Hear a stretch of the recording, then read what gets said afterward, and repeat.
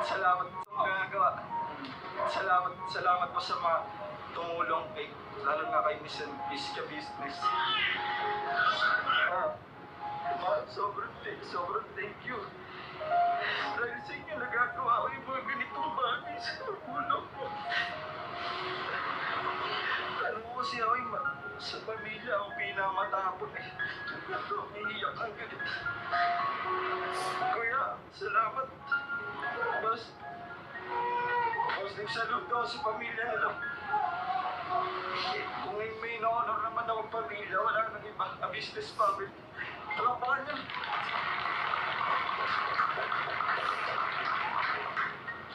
Salamat po. Dahil dami ko pong natutunan sa inyo, kuya. Mama, business. Kung paano maging anak. Kung paano tratuhin yung magulang. Marami yung pagkakamali pero pinagsisiya ko yun. Salamat po sa gabay, kuya. Sobrang utang na loob. Hindi ko po alam kung paano may pasasalamatan. Matagal ko po itong gustong gawin sa tatay ko, hindi ko magawa.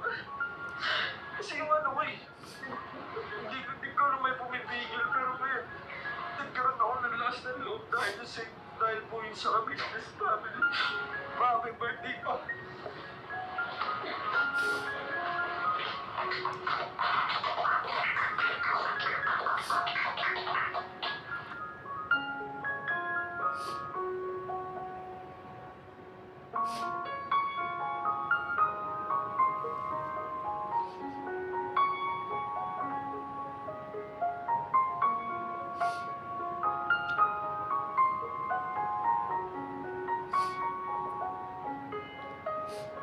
Grabe.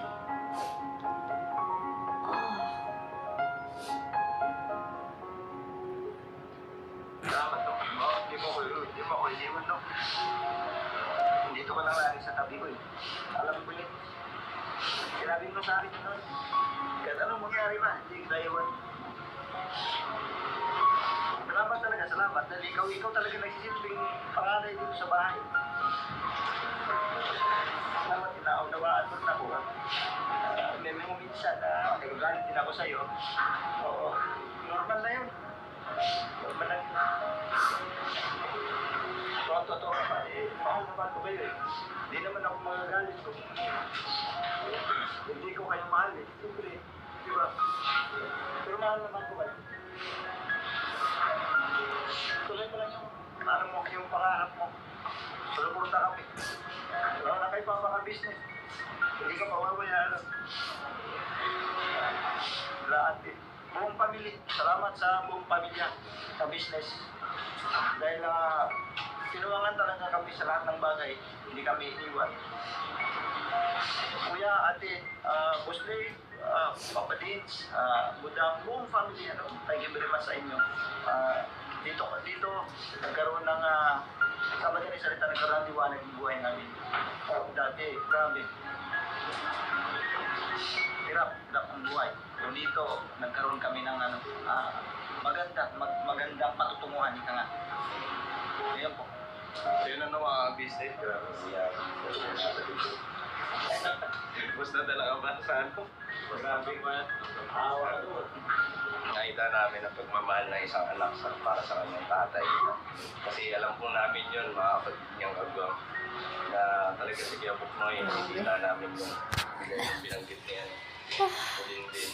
Relate ako lahat sa sinasabi ng mga anak ni Kuya Buknoy.